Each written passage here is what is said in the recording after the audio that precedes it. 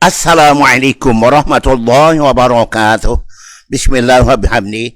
Assalatu wassalamu ala rasulih wa ala alihi wa sahbihi. Allahumma salli ummata Muhammadin sallallahu alaihi wasallam farij an ummati Muhammadin sallallahu alaihi wasallam warhamata Muhammadin sallallahu alaihi wasallam waghfir li jami' ummati Muhammadin sallallahu alaihi wasallam wanshur wa fadwa ayyadna watan fil alamin bihaqqi Muhammadin sallallahu alaihi wasallam amir nahdlatul watan ad-diniyah islamiyah ala madhhabi ahli sunnah wal jamaah ila yaumiddin haqqi Muhammadin sallallahu alaihi wasallam. Amma ba'du, kaum muslimin dan muslimat, para penggemar tengah jawab agama Islam melalui radio dakwah Hamzan Wadi dengan Facebook dan YouTube-nya dimanapun anda berada. Selamat kita ketemu lagi dalam acara ini. Moga-moga kita semua dalam keadaan sehat walafiat. Amin. Allahumma amin. Para pendengar yang dirahmati Allah, tar lagi kita akan memasuki bulan Rajab. Dan setelah itu bulan Syaban, dan moga-moga kita ketemu bulan Ramadan. Mohon maaf. Doa kita supaya ketemu dan dapat barokah bulan Rajab, bulan Syaban dan ketemu Ramadan. Allahumma barik lana fi Rajabin wa Syaban wa ballighna Ramadan. Mudah-mudahan doa ini jadi doa yang selalu kita ucap dan menjadi kabul. Dapat barokah bulan Rajab, bulan Syaban dan bisa jumpa lagi dengan bulan Ramadan pada tahun ini juga. Moga-mogi. Amin. Allahumma amin. Para pendengar yang dirahmati Allah Ta'ala, Nabi mengatakan Rajab adalah bulannya Allah. Inna Rajab syahrullah. Sungguhnya Rajab adalah bulannya Allah.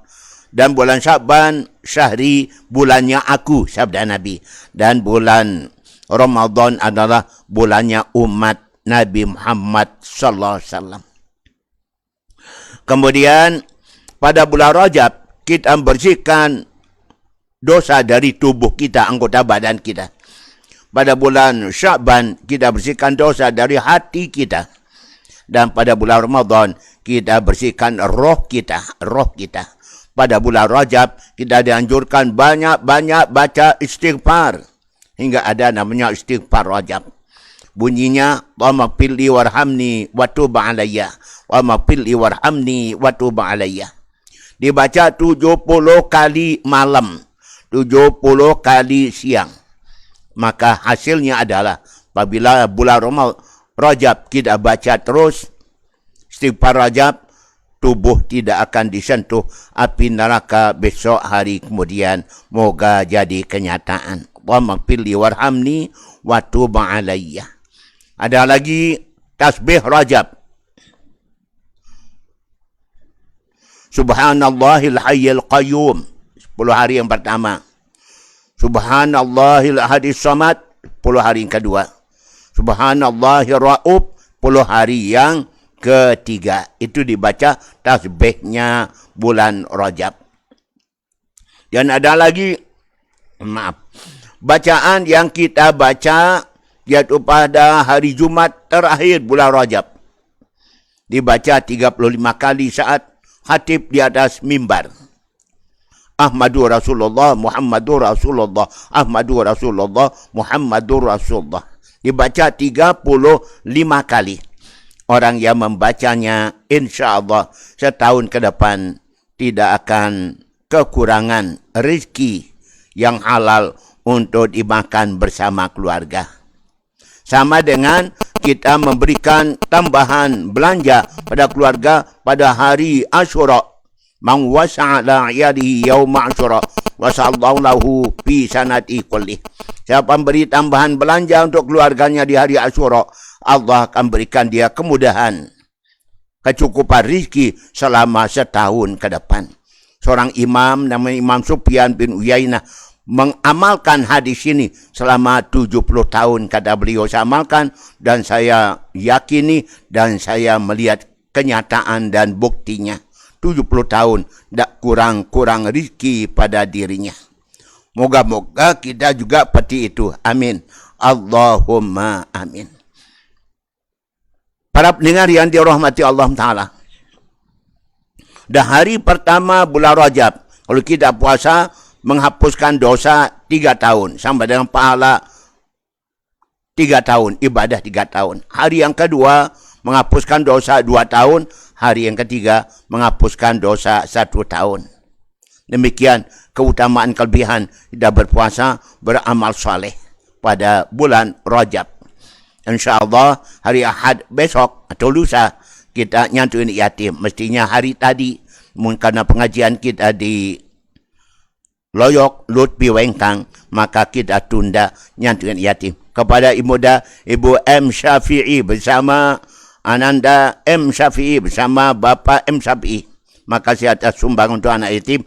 Moga-moga Allah melimpahkan rezekinya, sehatannya, umur panjangnya, kebahagiaan bersama keluarga karena kepedulian kepada anak-anak yatim piatu. Begitu juga Ibunda Bu Hajah Rehana. Mudah-mudahan kebaikannya bermanfaat bagi diri maupun untuk keluarga yang sudah meninggal dunia. Amin. Allahumma amin. Para pendengar yang dirahmati Allah Ta'ala. Siapa nunggunya? Malaikat. Siapa nunggunya? Yaitu para bidadari. Dan mereka-mereka yang memang punya tugas dalam syurga. Wildanun mukhalladun. Berapa golongan mereka ditunggu di syurga?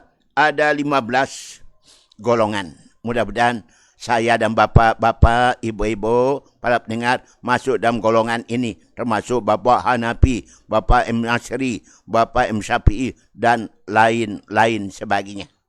15 golongan ditunggu mereka di pintu syurga. Amin. Allahumma amin. Moga jadi kenyataan. Pertama adalah orang-orang sudah menaikkan ibadah haji, umrah, dan mabrur haji dan umrahnya.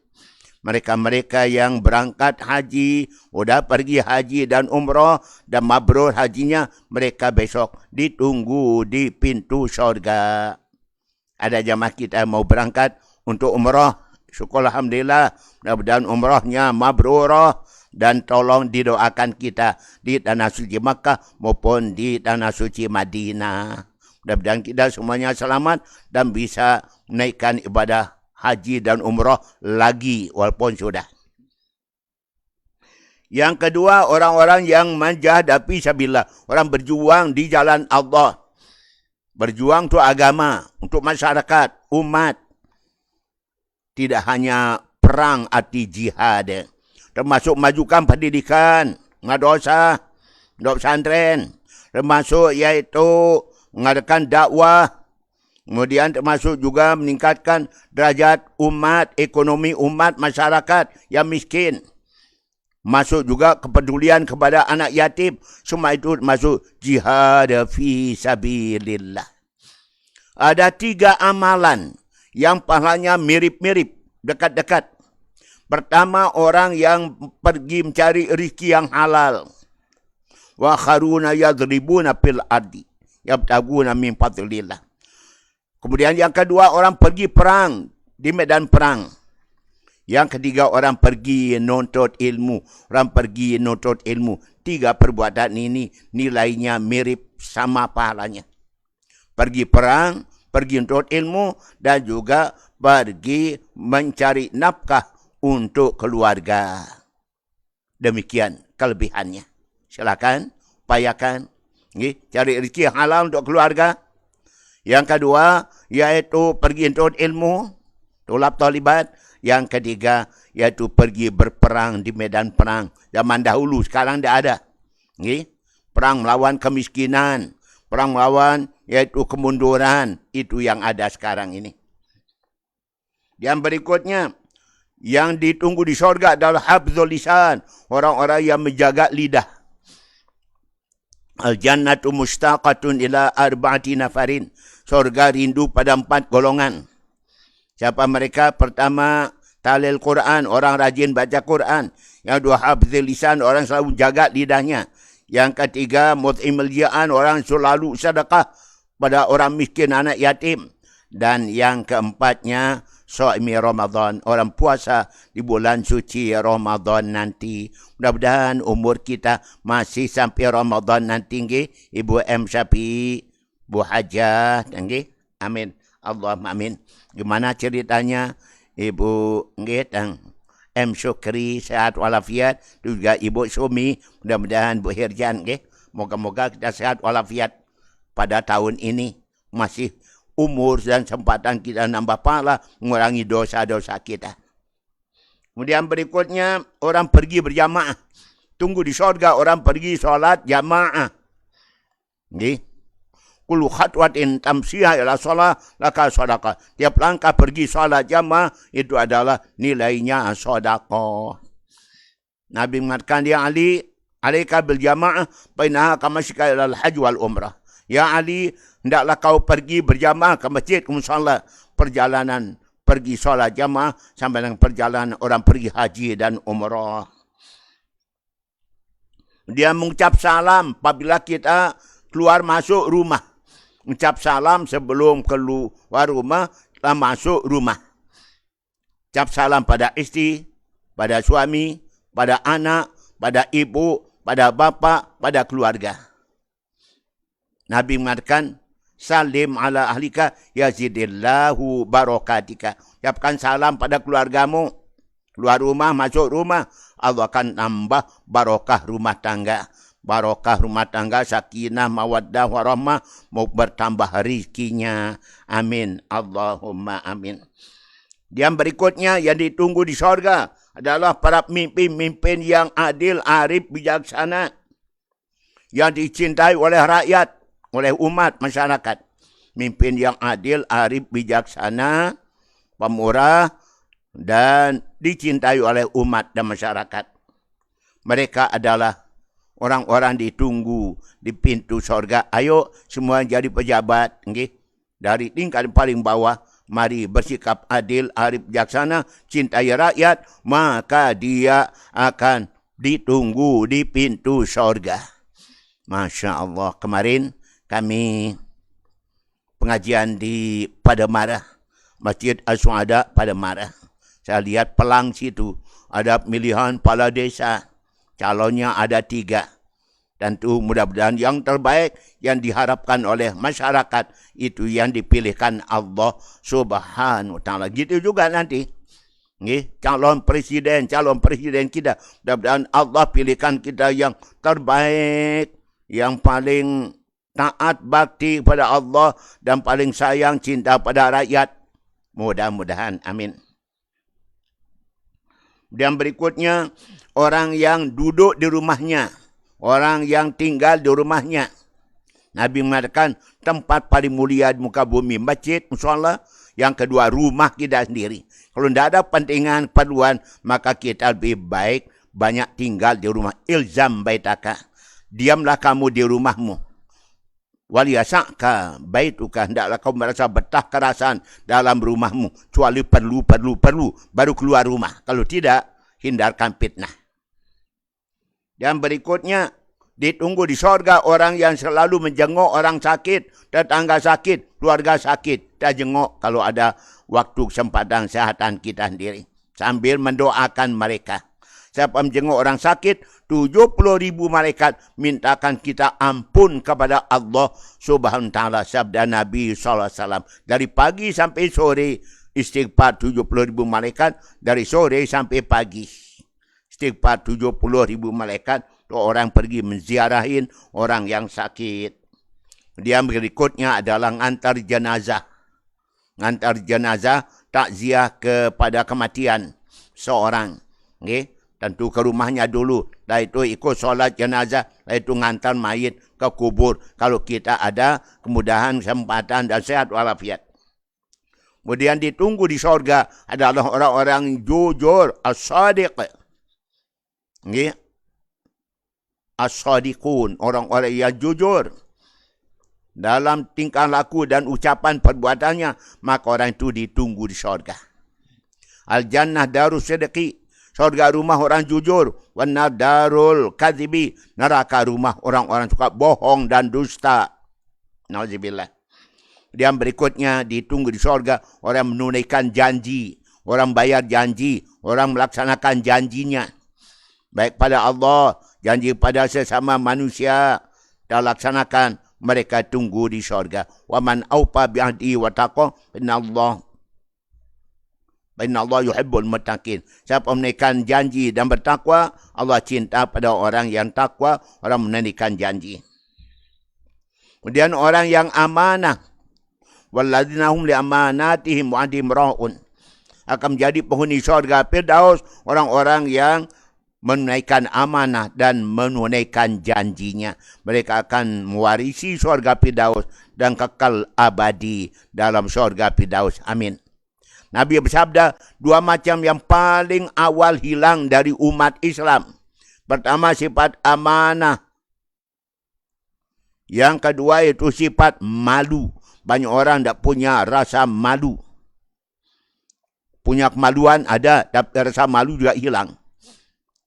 Nabi mengatakan, yaitu al-iman bid'un wa sab'una syubah. Iman itu ada 77 cabang. A'laha qawlu la ilaha illallah. Paling tinggi kalimah la ilaha illallah. Adnaha imatatul adha 'anil tariq. Paling rendah cabang iman yang 77 adalah membuang duri dari jalanan. Dan wal haya'u syu'batu minal iman. Sifat malu adalah bagian daripada keimanan. Itu dia. Okay? Alhamdulillah. Kemudian berikutnya, ditunggu di syurga adalah orang yang sabar kematian keluarga. Sabar kematian suaminya, sabar kematian istrinya, sabar kematian anaknya, kematian ibu bapaknya. Orang sabar kematian keluarga ditunggu di syurga. Alladzina idza asabatsu musibah qalu inna lillahi wa inna ilaihi raji'un. Kemarin kita menghadiri acara pemakaman seorang ibu di Penyenggir, Sikur Barat, desa Sikur Barat. Tempat itu dulu pengajian kami yang awal-awal. Penyenggir, Sikur. Okay. Sebelumnya yaitu Bengkaung Utara. Dangar. Kemudian sebelumnya Montong Ancak. Montong Ancak itu wilayah yaitu Kecamatan Sukamulia. Sebelumnya adalah Juret Buangka. Juret Buangka itu adalah wilayah Lenek Lau, Kecamatan Lenek.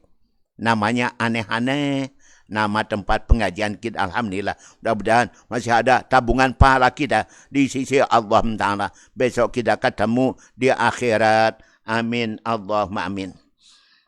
Yang berikutnya, ditunggu di surga. Orang sabar, matanya buta. Orang yang sabar, matanya buta.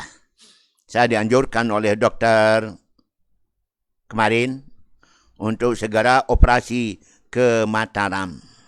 Operasi mata, katarak ke rumah sakit Provinsi Mataram. Mungkin kapan kita akan pergi. Okay? Terakhir, orang yang ditunggu di surga adalah orang-orang yang suka bersedekah dengan tangannya. Tangan yang suka bersedekah, bagian miskin, yatim piatu, mereka itu adalah orang ditunggu di surga. Nabi bersabda, walladzi nafsi biadihi, demi Allah yang nyawaku di tangannya, tidak diazab besok hari kiamat orang yang suka peduli anak yatim. Yang dua, orang tidak sombong karena kelebihan yang ada pada dirinya. Demikian okay? Pada anak-anak yatim piatu. Alhamdulillah. Para pendengar yang dirahmati Allah Ta'ala. Tadi kita Imam Khatib di penjara. Kita sebutkan tentang janji Allah bagi orang-orang takwa.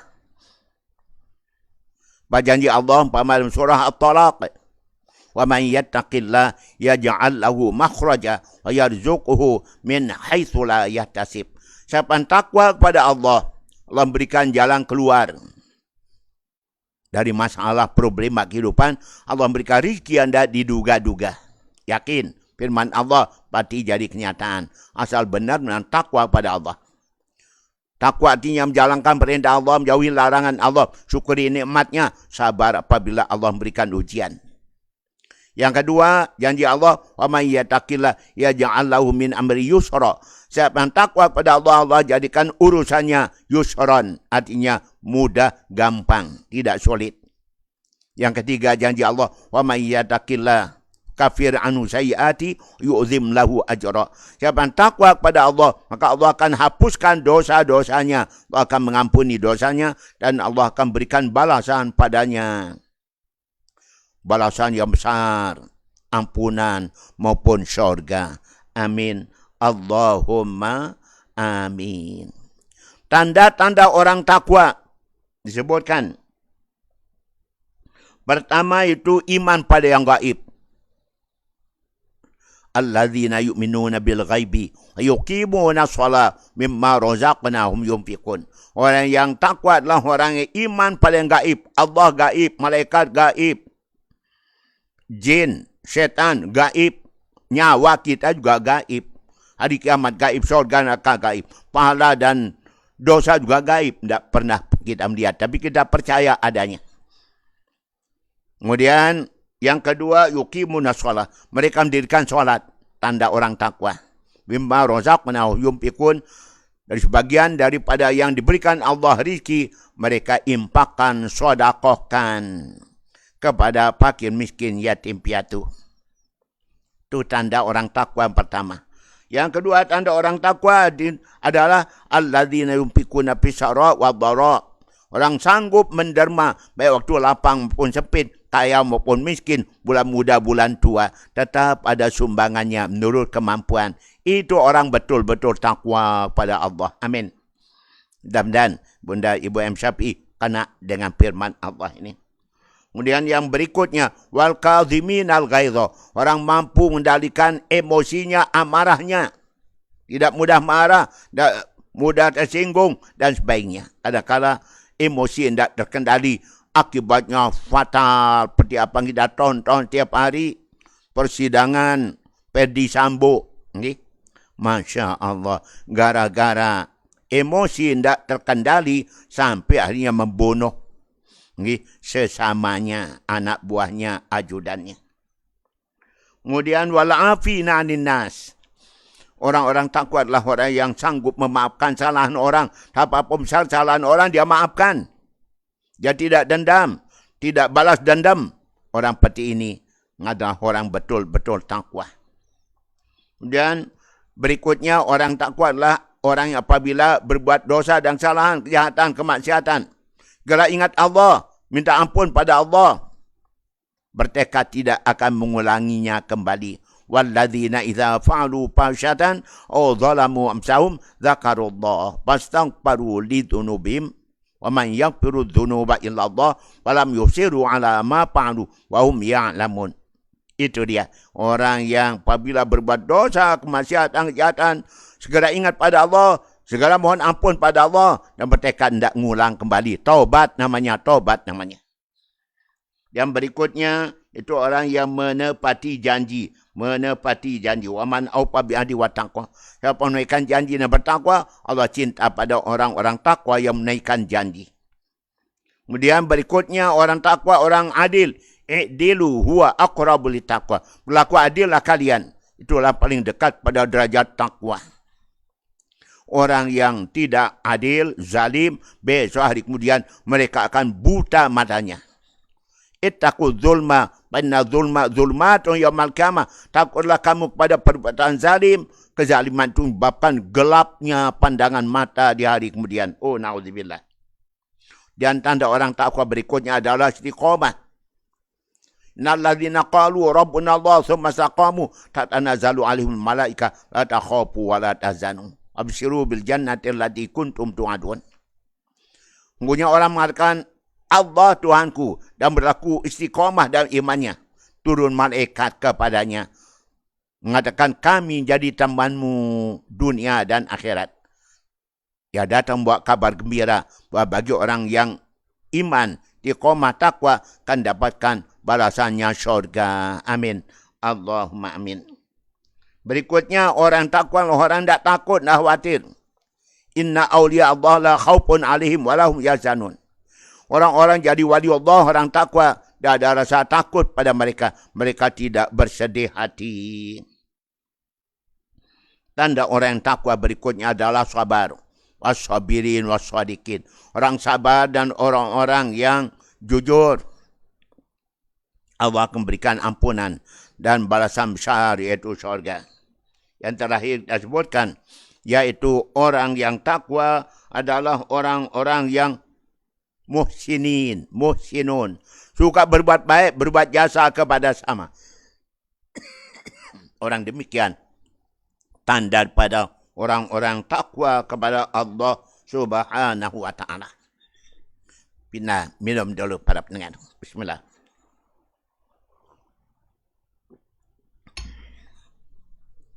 Ada seorang sahabat tanya pada Nabi, "Ya Rasulullah, dullani ala amalin yudkhilunil jannah wa yuba'iduni anin nar." Ya Rasulullah, tunjukkan pada saya, beritahu saya amalan-amalan kalau saya kerjakan, saya dijamin masuk surga dan saya dijamin jauh dari azab api neraka.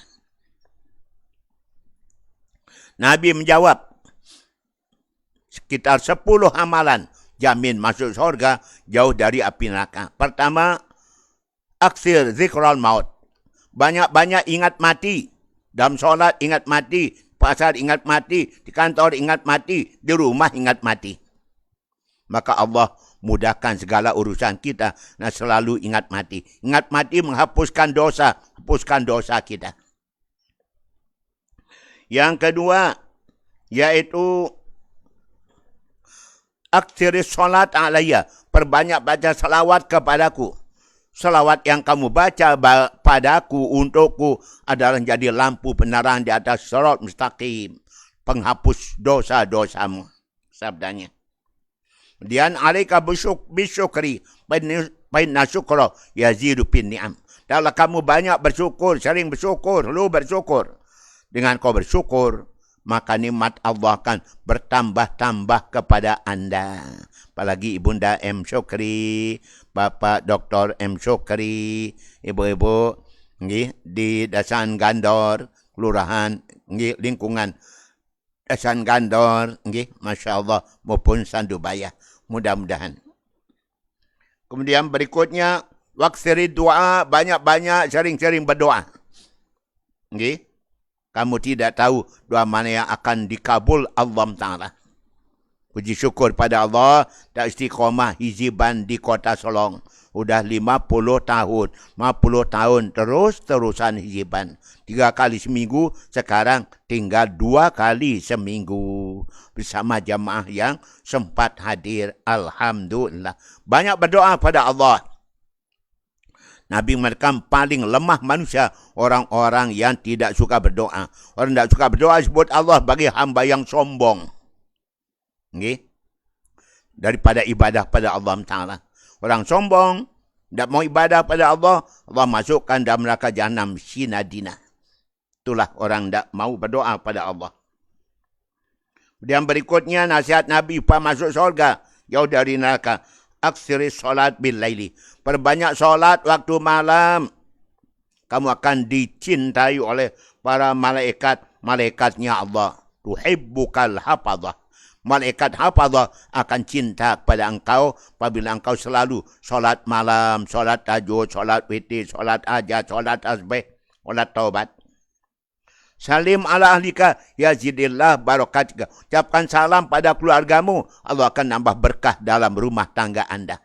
Aman, damai, sakinah, mawaddah, warahmah, murah rizki. Kenapa? Karena kita selalu mengucap salam pada keluarga, keluar rumah, masuk rumah. Antanama ala tahara immuta syaidan. Tidaklah engkau tidur dalam keadaan suci, bersih, sudah berwuduk. Kalau engkau mati dalam keadaan tidur, matimu mati syahid. Matimu mati syahid. Itu sabdanya. Kalau mau masuk surga, jauh dari neraka. Salim ala malaki tahu.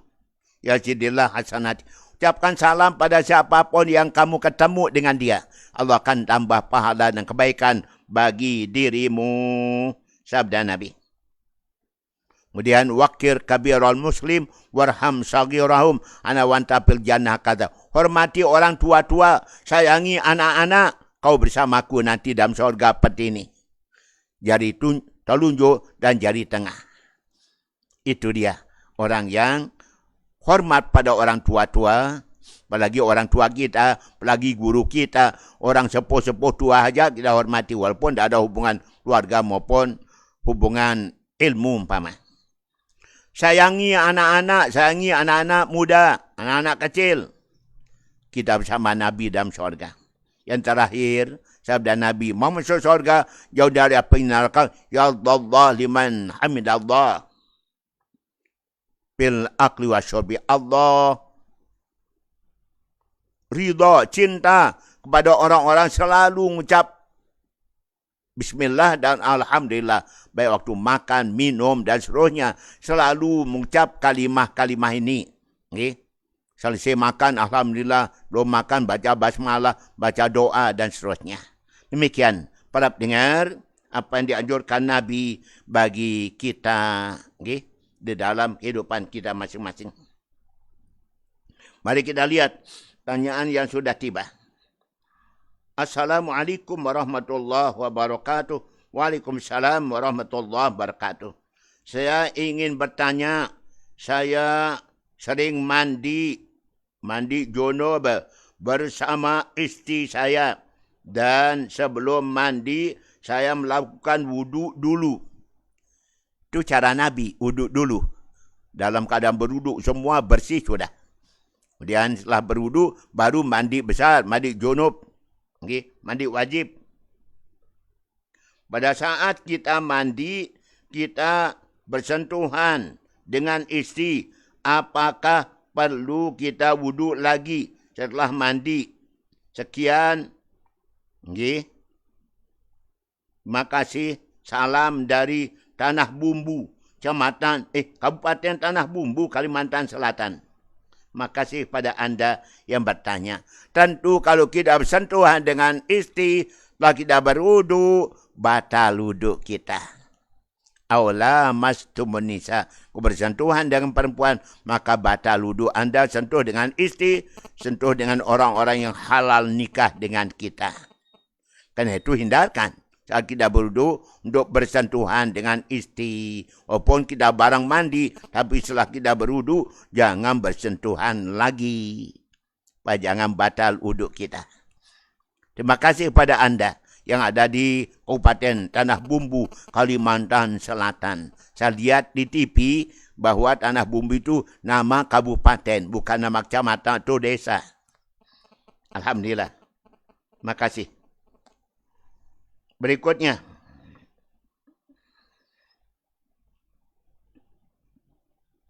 Tadi siapa? Mami Tuan, bau kek. Okay.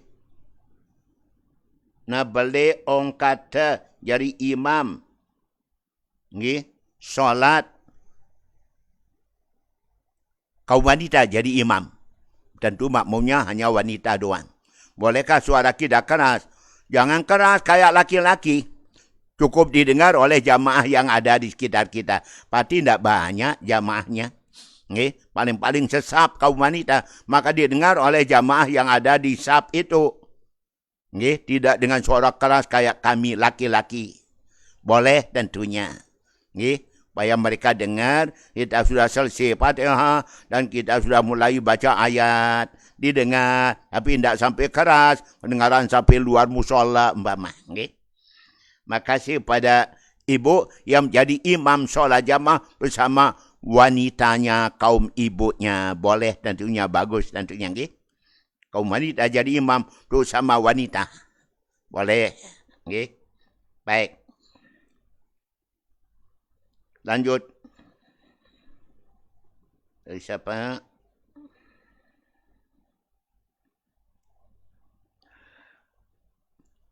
Bagaimana cara kita mengendalikan hawa nafsu?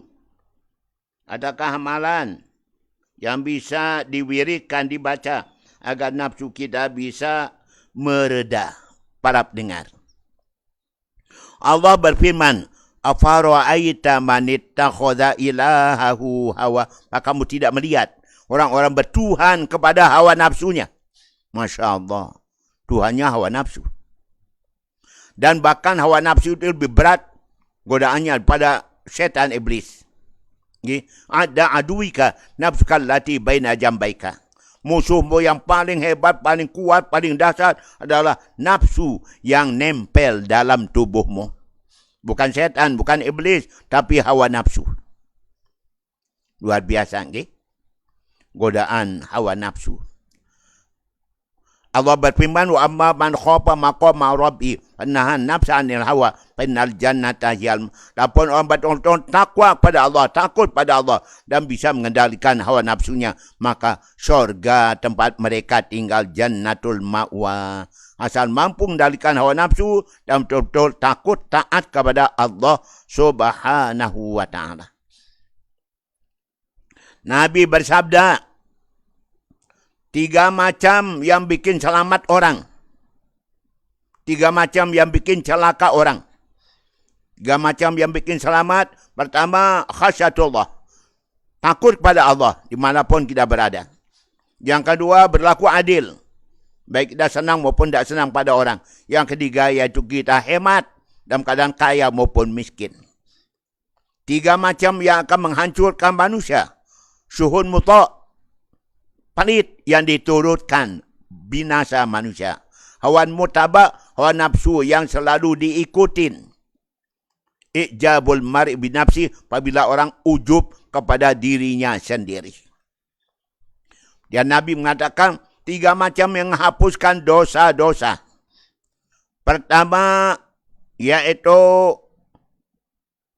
al-wudu' alal makarih. Hapus dosa karena sanggup berwudu pun dalam keadaan dingin atau dalam keadaan kurang sehat, tetap wudunya sempurna.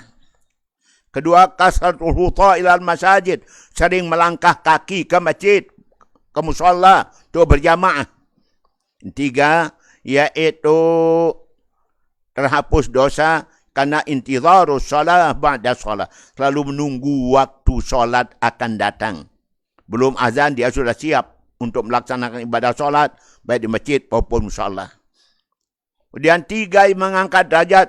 Salah satu ni tarfa'ud darajat. 3 macam yang mengangkat derajat kita, sabda Nabi. Yang kedua, yang pertama, ifsha'us salam. Ucap salam dimanapun kita ketemu, ucap salam. Kemudian yang kedua, thaibul kalam. Berkata yang halus manis, lemah lembut. Yang ketiga, it'amut ta'am. Selalu sedekah dengan makanan. Terangkat derajat kita. Ada mengatakan yaitu as-salat.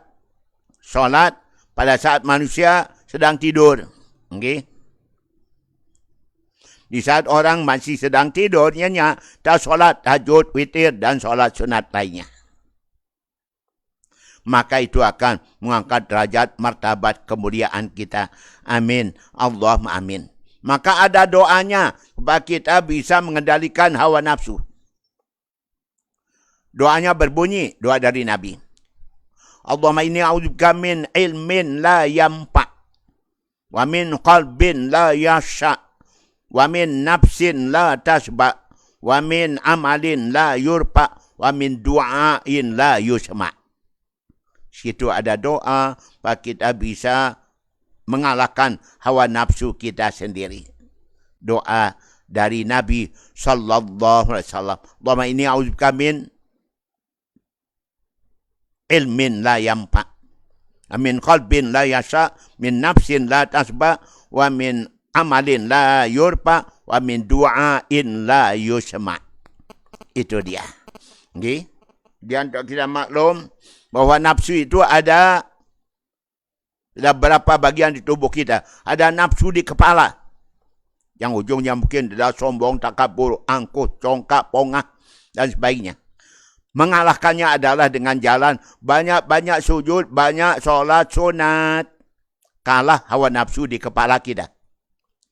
Hawa nafsu yang ada di dada kita, di hati kita, dengan cara banyak-banyak zikir pada Allah Subhanahu wa ta'ala.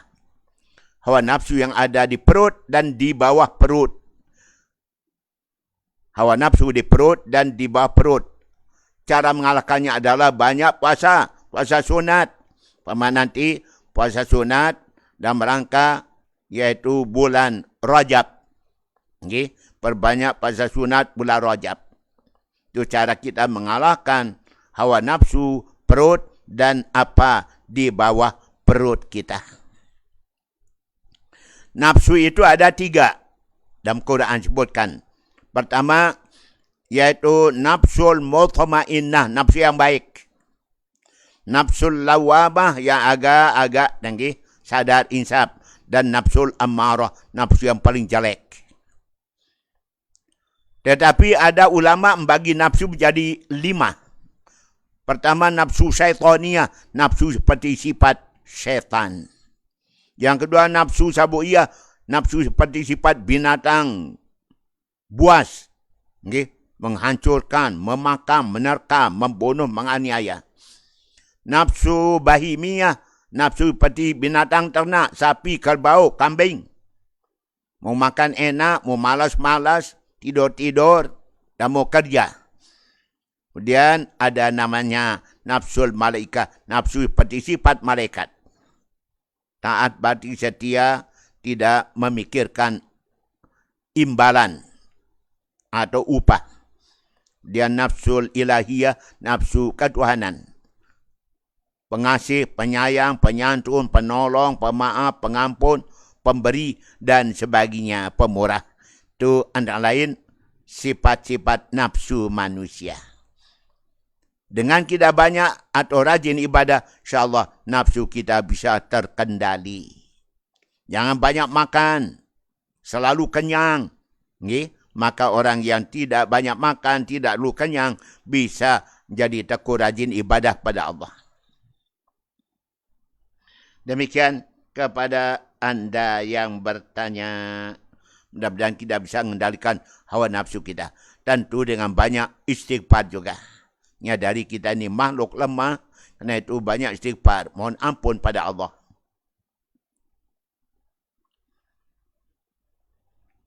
Berikutnya. Pak Tuan Guru. Korma Nabi. Atau ajwa. Korma ajwa. Kami bungkus 1 biji. Yang bikin jadi azimat. Kalau korma ajwa mendingan dimakan. Karena kemanfaatannya luar biasa untuk kesehatan. Untuk kebaikan tubuh kita. Makan korma ajwa, kormanya Nabi. Bukan dibungkus, dimasuk dalam kantong, dimakan. InsyaAllah bawa keuntungan dan kebaikan bagi kesehatan tubuh kita. Daripada dibungkus, dibawa kemana-mana. Mendingan ayat kursi. Atau yasin kecil atau hiziban. Dibawa di mana perlu dibaca. Kalau korma, makanan, mendingan dimakan. Biar kita sehat walafiat. Jangan rokok jadi azimatnya. Masya Allah. Makasih pada anda. Tidak ada anjuran supaya kita bawa korma ajwa untuk jadi azimat. Dimakan, insyaAllah sehat. Berikut. Ya, terima kasih ada doanya. Mudah-mudahan doanya kabul, ibu. Solat sunat 2 rakaat. Apa boleh tiang kerjakan solat tahajud 8 rakaat 4 kali salam? Apa kita enggak salah tak kerjakan solat tahajud banyak-banyak rakaatnya? Apa pahalanya lebih banyak 8 rakaat daripada 2 rakaat saja dari bayi di Tanjung? Para pendengar, kebiasaan solat tahajud dikerjakan 8 rakaat. Bukan tarawih 8 rakaat tapi tahajud. Witir boleh 1, boleh 3. 8 rakaat tarawih dikerjakan 2 rakaat, 2 rakaat, 4 kali salam. Salatul laili masna. Salat malam itu 2 rakaat, 2 rakaat, 2 rakaat. Paling kurang salat tahajud 2 rakaat. Kemudian kebiasaannya adalah 8. Mau banyakan dari itu tentu lebih bagus lagi. Makin banyak, makin bagus. Untuk melaksanakan solat tahajud. Mau 20 rakaat, mau 24 rakaat, disilakan. Sepuasnya dalam melaksanakan solat sunat tahajud. Demikian. Makasih kepada baik di Tanjung. Makin banyak, makin besar pahalanya. Tapi sekurangnya adalah tahajud 2 rakaat. Ini salatul lail walau rakaatain. Salat malam walaupun 2 rakaat saja. Tapi paling bagus kebiasaan adalah 8. Mau lebih dari itu makin baik juga. Demikian kepada pelinggih di Tanjung. Amin.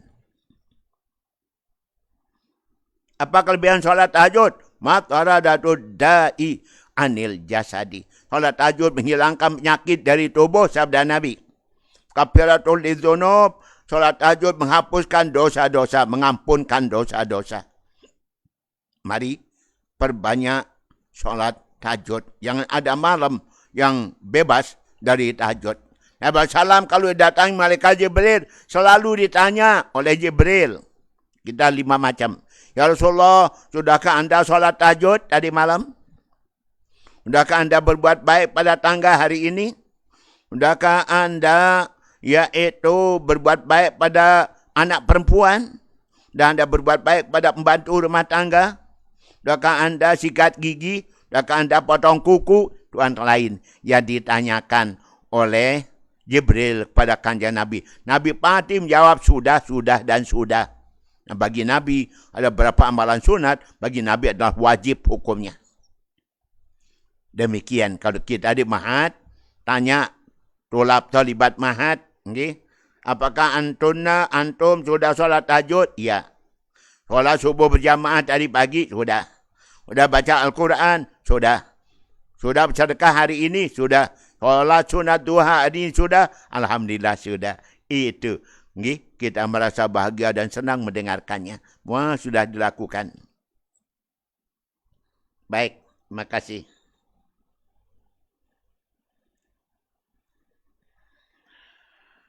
Tiang tanya apa kita enggak berdosa tidur satu tempat dengan suami yang sudah mencarikan kita tapi belum habis iddah kita. Berdua. Lantas melakukan hubungan setubuh. Apa enggak berzina? Karena masa iddah belum habis. Apa laki-laki boleh nikah dengan perempuan lain masa iddah belum habis? Para pendengar, kalau orang sudah bercerai dan mau kembali lagi, wajib mengucapkan kata rujuk. Raja'tu ilaiki, raja'tu ilaiki.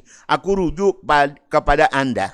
Aku kembali pada engkau, aku rujuk padamu. Baru boleh berhubungan dengan suami, dengan istri, kalau masih dalam iddah.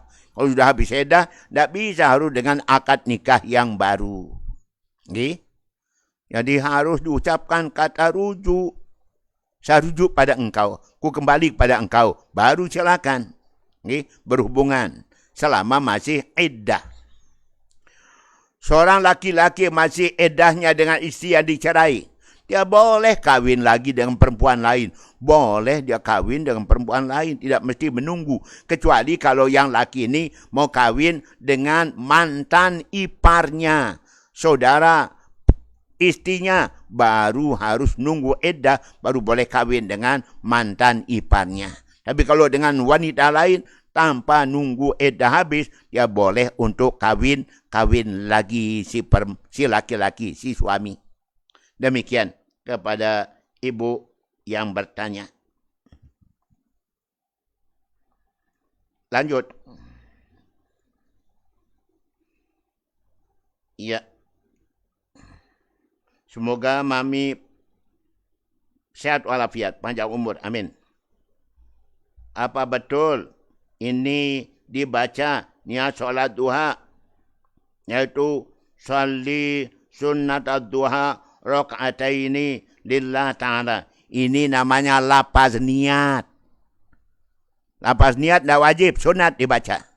Yang wajib itu yaitu niat dalam hati.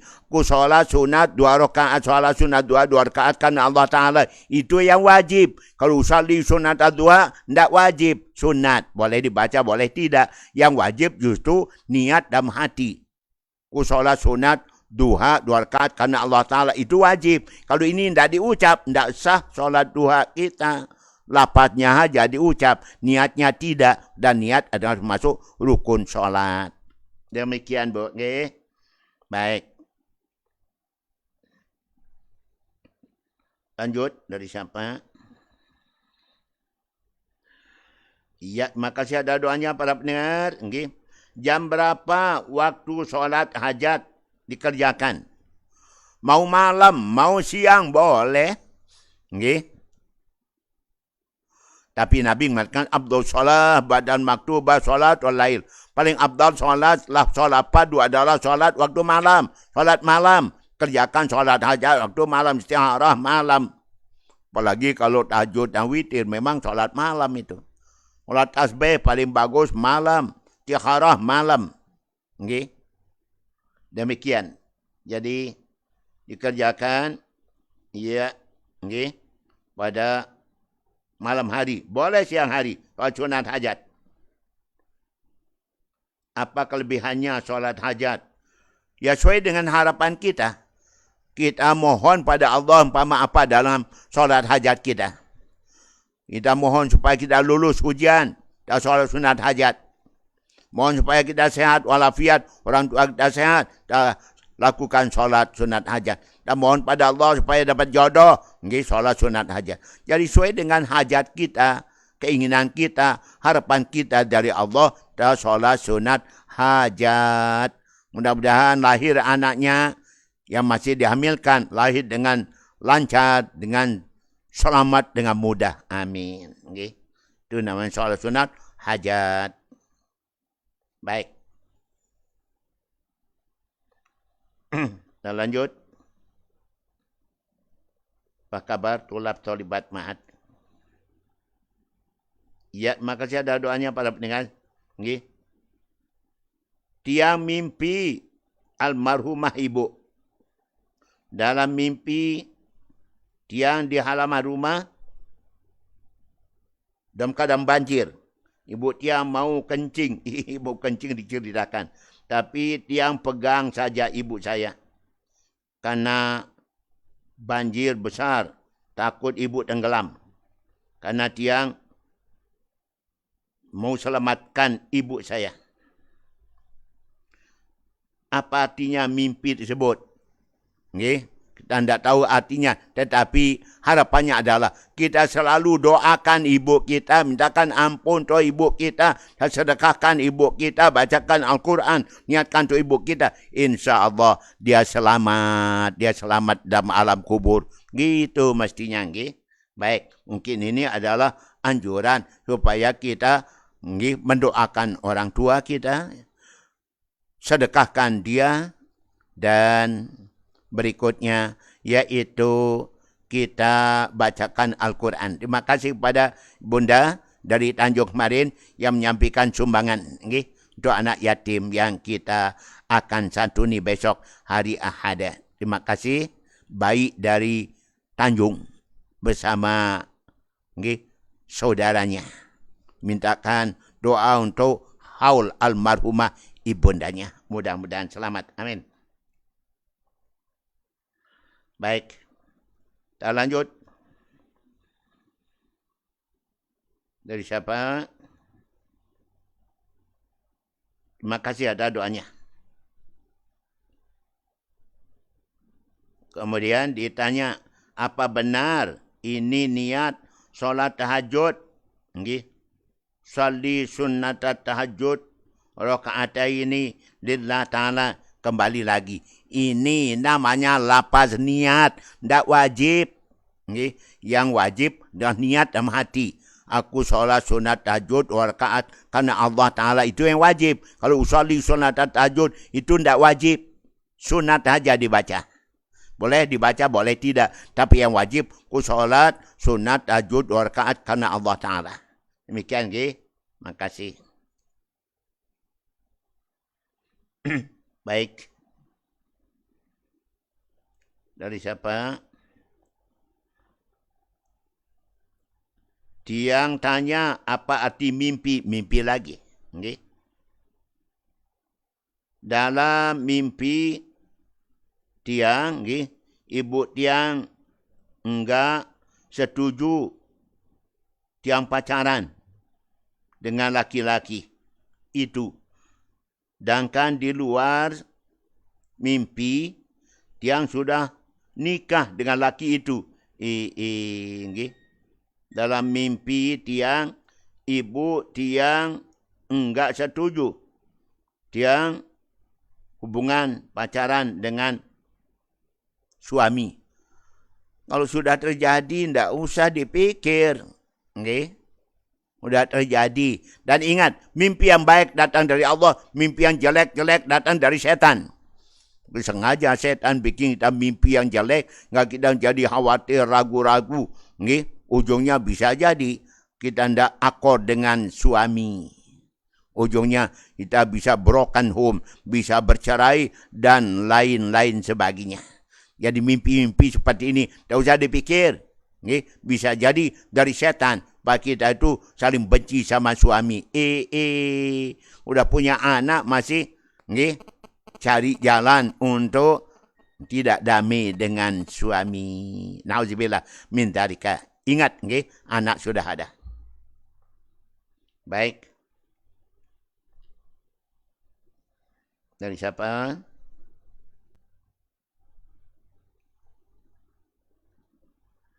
Apa faedah selawat ummah dan surah Ar-Rahman? Innal hasanati yudhibnas sayyiat. Semua kebaikan menghapuskan dosa, datangkan pahala, datangkan ridha Allah SWT. Itu saja sudah lumayan. Semua kebaikan, baca salawat, baca surah Ar-Rahman, semuanya tujuannya adalah datangkan pahala, datangkan ampunan Allah, ridha Allah Subhanahu wa taala. Iqra'il Quran ma syi'ta lima syi'ta. Baca Quran mana mau Anda dengan niatan apa saja. Kemudian salawat ummah. Allahumma sholli ummat Muhammadin sallam. Selawat itu banyak kali kemanfaatannya. Dan kau baca selawat kau baca dilaporkan pada malaikat di dalam kuburku, manik Nabi. Inna sholatakum ma'rudatun alaiya.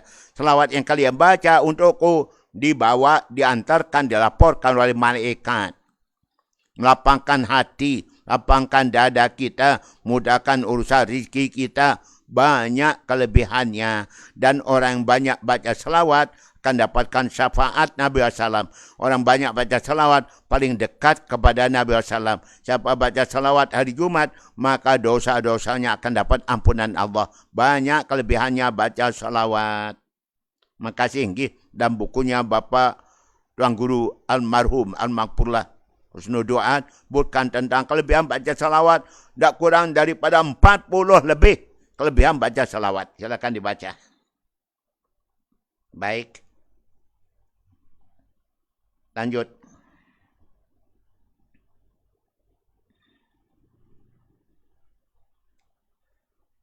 Pak Tuan Guru Nunasang, apa hukumnya? Karena sangat kecapean. Jadi enggak dapat sholat Jumat. Masya Allah. Tadi rupanya. Ya, dengar pengajian saja dari RHN di Abror. Dan salat zuhur dikerjakan di rumah. Makasih. Kalau memang kita sakit, tidak kuat, boleh tidak Jumatan. Al-Jumatu hakun. Salat Jumat itu ada kewajiban bagi orang Islam. Kecuali anak-anak, kecuali kaum perempuan, kecuali orang sakit, kecuali orang musafir. Kecuali hamba. Boleh tidak Jumatan. Kalau kita sakit, capek lelah, hingga tidak kuat pergi Jumatan, boleh ganti dengan sholat zuhur saja. Dia berobat kalau memang kita sakit. Baik, lanjut. Dari siapa? Ya, makasih ada doanya para pendengar. Pak Tuan Guru, gimana ada pernah ikut pengajian seorang ustadz. Dia bilang begini, ustadz itu, boleh kita enggak tegur sapa kalau memang menjadi mudarat. Apa hukumnya? Nggih. Pak Tuan Guru, nggih, terhadap ustaz yang mengatakan demikian itu. Masa ada nggih, saling tegur sapa membawa mudarat. Justru kita boleh berbohong demi untuk mendamaikan orang-orang tidak akor. Jibril bersabda, tamanna Jibril an yakuna min bani Adam di sab'in. Mereka Jibril kepingin jadi manusia seperti kita karena melihat 7 amalan yang paling besar pahalanya. Pertama melihat betapa besarnya pahala solat berjamaah. Jibril mau jadi umat Islam. Yang kedua, mau jadi umat Islam, Jibril melihat betapa besarnya pahala kita ngaji, hadiri pengajian. Okay. InsyaAllah Jumat kan datang, kita punya giliran di Abror. Jumat kan datang, giliran kita di Abror. Amin. Allahumma amin. Okay. Hari Ahad yang lalu, okay, di Abul Barokat wan Nafahat, gitu dia. Kemudian yang ketiga, Jibril mau jadi umat Islam, melihat betapa besarnya pahala kita menjenguk orang sakit. Yang keempat, Jibril mau jadi umat Islam, melihat betapa besarnya pahala kita langarin takziah tasyi'ul janazah.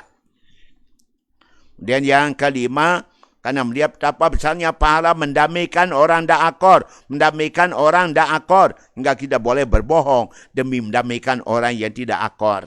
Ini islahu zatil bayin. Damaikan orang tak akor. Dan melihat betapa besarnya pahala, yaitu sakyul ma, beri sedekah air minum. Pada di masjid, musalla, di madrasah, dan seterusnya.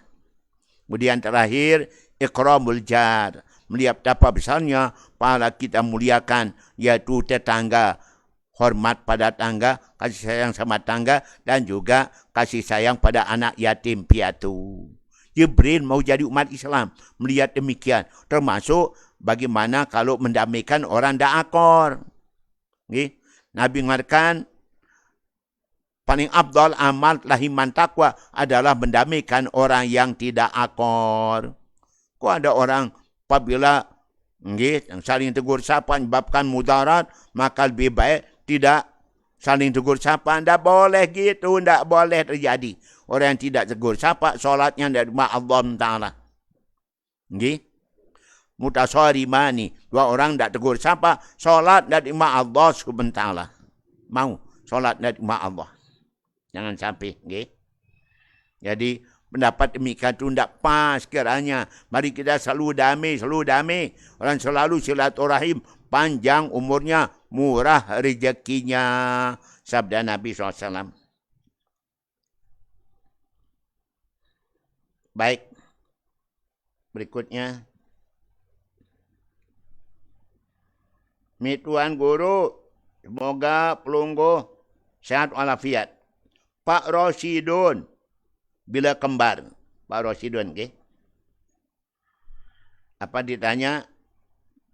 Mohon dijelaskan tentang walimatul urs. Apa hukumnya?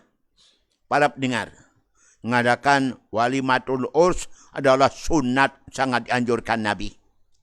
Yaitu mengadakan selamatan, pesta perkawinan. Nabi mengatakan, awlim walau bisyatin. Hendaklah engkau mengadakan pesta perkawinan, akad nikah, walaupun hanya menyembelih seekor kambing saja. Sangat dianjurkan. Walimatul urs. Selamatan, tasyakuran, waktu akad nikah, mengundang orang-orang banyak, biar tahu bahwa kita sudah nikah. Sampai nanti kita berdua-duaan jalan dengan istri, dikira belum kawin, hanya jadi fitnah padahal sudah suami istri. Karena itu sunat mengundang orang pada waktu walimatul urs bila perlu membunyikan yaitu kesenian, rebana dan seterusnya, biar orang tahu senang hadir di acara tersebut dan berikan makan kepada orang-orang yang kita undang. Hadiri walimatul urs hukumnya wajib kalau tidak ada halangan dan kendala. Siapa-siapa tidak hadiri acara akad nikah, walimatul urs, maka bukan umatnya Abul Qasim, umatnya Nabi, sabdanya Nabi SAW. Kalau tidak ada kendala, halangan, rintangan, harus dihadirin acara walimatul urs, yaitu pesta perkawinan. Kecuali kalau di situ ada dihidangkan minuman keras, jangan dihadiri. Ada orang berbuat dosa, yaitu dengan terbukanya aurat kaum wanita, boleh kita tidak hadir. Kenapa? Ada dosa di situ. Makasih pada Bila Kembar, Pak Rosidun. Lanjut. Dari Pak Tuan Guru, apa boleh jadi imam laki-laki yang istrinya orang non-Islam, Kristen? Ya kalau istrinya Kristen, ya tidak boleh dong. Perkahwinannya itu batal. Hubungannya adalah zina. Itu dia. Jadi perkahwinan itu harus sesama satu agama. Demikian undang-undang perkawinan juga tahun 74. Itu harus seagama. Kalau lain agama, berzina jadinya. Masa imam berzina? Gimana kalau istrinya itu gila? Kalau memang dia gila tapi dia Islam, boleh dia jadi imam suaminya, istrinya gila. Itu dia. InsyaAllah. Nauzubillah min dzalika, jangan sampai suami atau istri kita gila. Sering terjadi orang gila karena banyak dosa. Man qarafa dzamban dzahaba aqluhu. Siapa banyak berbuat dosa pasti hilang akalnya, alias senewan, alias jegol, alias gila. Karena banyak dosa. Nauzubillah min dzalika. Demikian, baik. Terima kasih. Ada yang tanya, gimana kalau orang gila sampai meninggal dunia?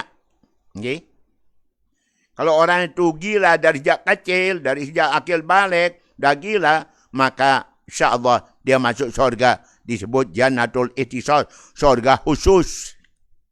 Tapi kalau dia gila, sudah besar, sudah dewasa, maka dilihat amalnya sebelum dia gila. Itu jadi patokan.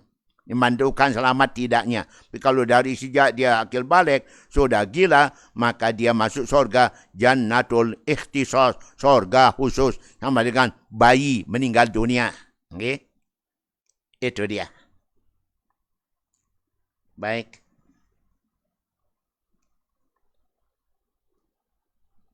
Apa usaha yang paling lurus? Jalan kita mencari sangu untuk ibadah. Menurut yang pernah dicontohkan oleh Nabi SAW.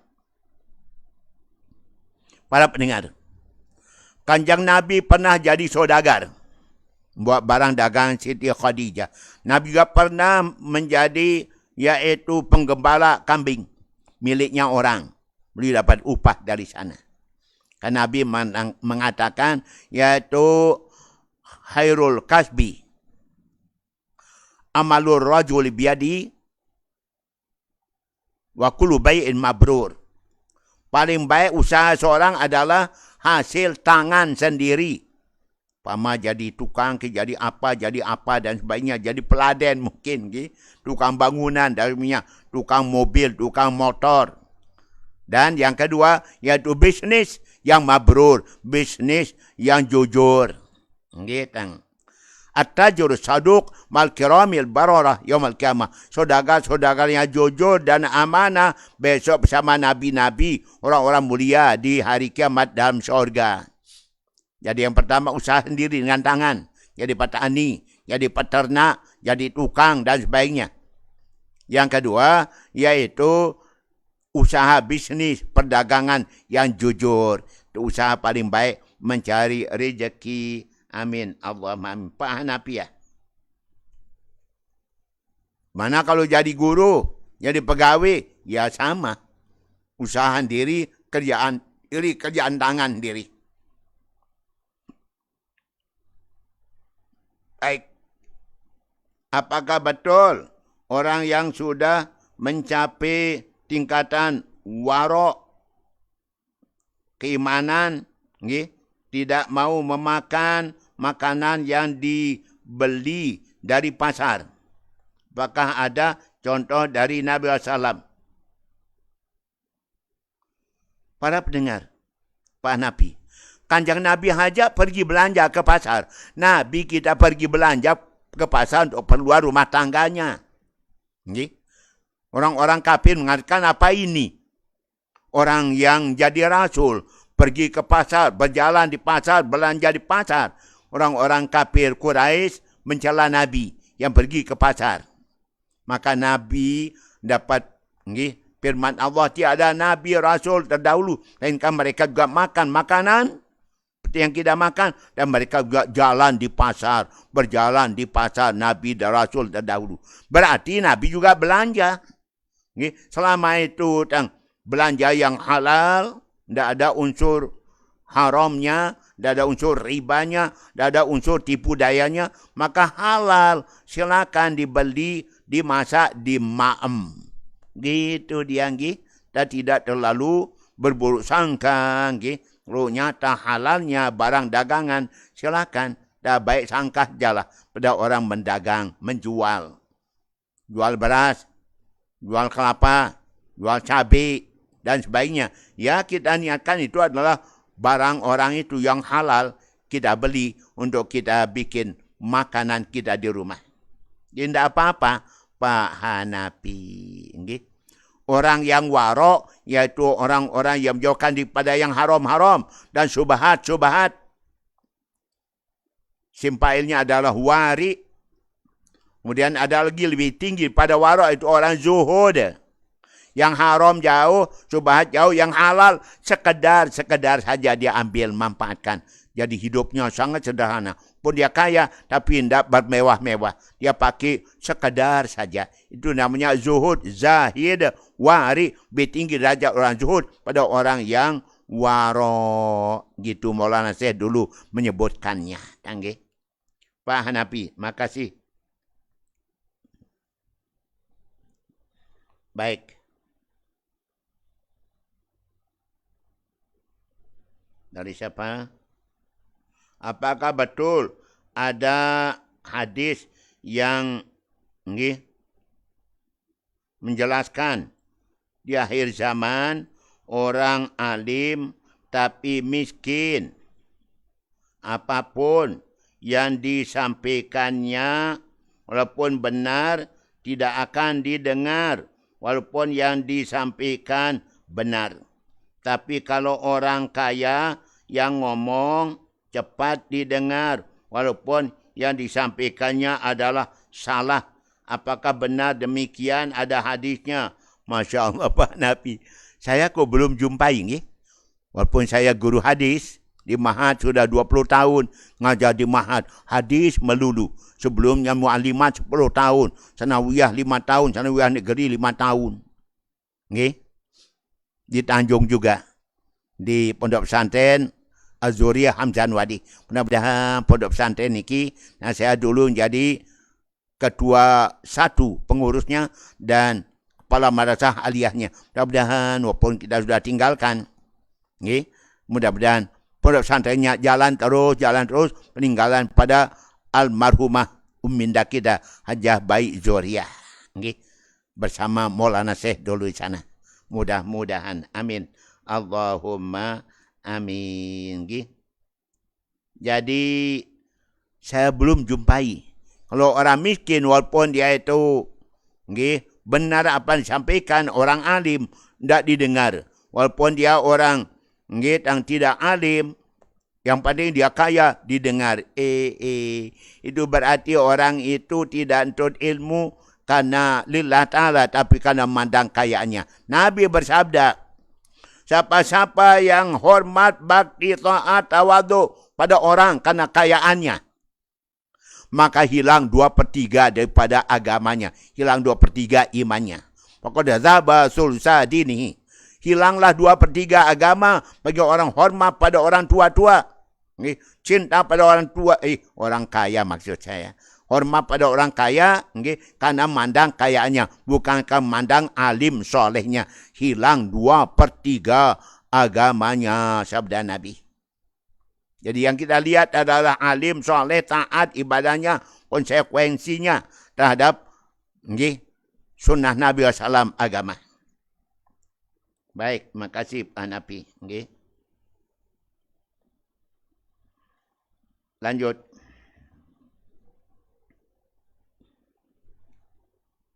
Apakah betul kata orang kalau ada anjing yang menggonggong, umpama waktu nyalung kan ini bahasa apa nih nyalung nih? Di tengah malam ada musibah akan datang atau dia mendengar ucapan orang-orang yang sedang siksa dalam kuburnya. Apakah benar? Para pendengar, kalau ada suara anjing tengah malam, berarti dia melihat setan yang menuju ke rumah seseorang. Yang melihat setan. Allah berikan yaitu kemampuan kepada binatang seperti anjing atau seperti kuda tengah malam melihat setan yang berjalan menuju ke rumah seseorang. Itulah maka kalau kita mendengar anjing menggonggong, anjing melolong di tengah malam, bacalah auzubillahi minasyaitonirrajim, baca ayat kursi, insyaallah setan itu tidak datang ke rumah kita, ke rumah orang lain yang tidak membacanya. Itu yang ada. Atau bisa juga dia melihat orang-orang sedang tersiksa dalam kuburnya. Ada orang yang sedang siksa dalam kubur. Allah perlihatkan kepada binatang, orang-orang tersiksa dalam kubur, enggak dia melolong atau menggonggong tengah malam. Bahasa kita nyalung ya. Masya Allah. Demikian Pak Napi. Itu dia para pendengar. Kemudian berikut. Bagaimana akhlak yang benar ketika azan di hari Jumat? Kalau azan pertama tidak boleh di sebelah kanan mimbar. Dan kalau azan, apa nih?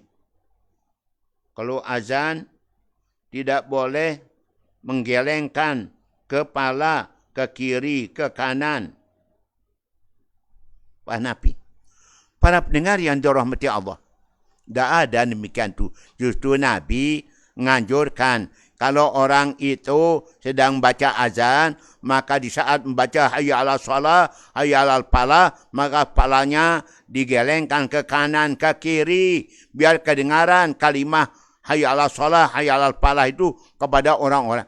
Dulu sebelum ada speaker, belum ada yaitu tentang menara. Sekarang semuanya ada speaker dan menara. Tak perlu muazzin geleng-geleng kanan kiri supaya suaranya kedengaran kemana-mana. Tapi dulu memang dianjurkan menggelengkan kepala muazzin ke kanan ke kiri supaya kedengaran suara azannya oleh semua orang. Sekarang tak perlu mengarah suara sudah perdengarkan suara azan yang keras dari muazzin. Nabi bersabda, siapa yang jadi azan 7 tahun, ya bebas daripada azab neraka dan bebas pada sifat munafik. Siapa yang azan 12 tahun di masjid musholla, maka wajibat laut jannah, wajib surga bagi muazzin 12 tahun menjadi muazzin azan. Demikian, mari kalau gitu. Nabi mengatakan, andai kata orang tahu kelebihan 3 macam, niscaya orang akan berebut-rebutan. Dan bila perlu, main shoot. Pertama, membaca azan. Kedua, jadi imam. 3, menjadi orang yang saf pertama. Kalau tahu kelebihannya, ya orang akan yaitu berebut-rebutan melakukannya. Sampai main shoot, siapa menang yang melakukannya. Demikian. Okey. Masya Allah. Kembali saya minum lagi. Bismillah.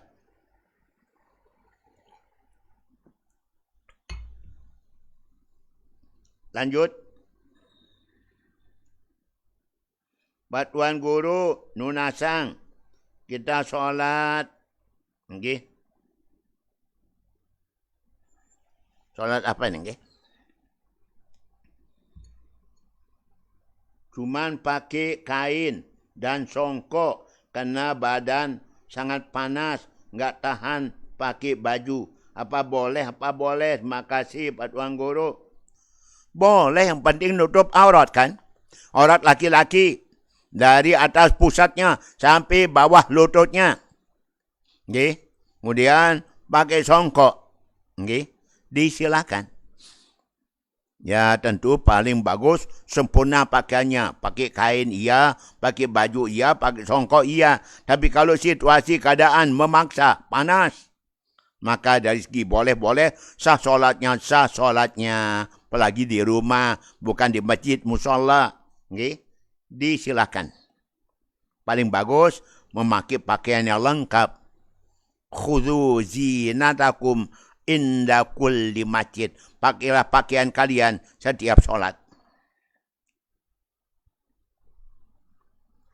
Baik.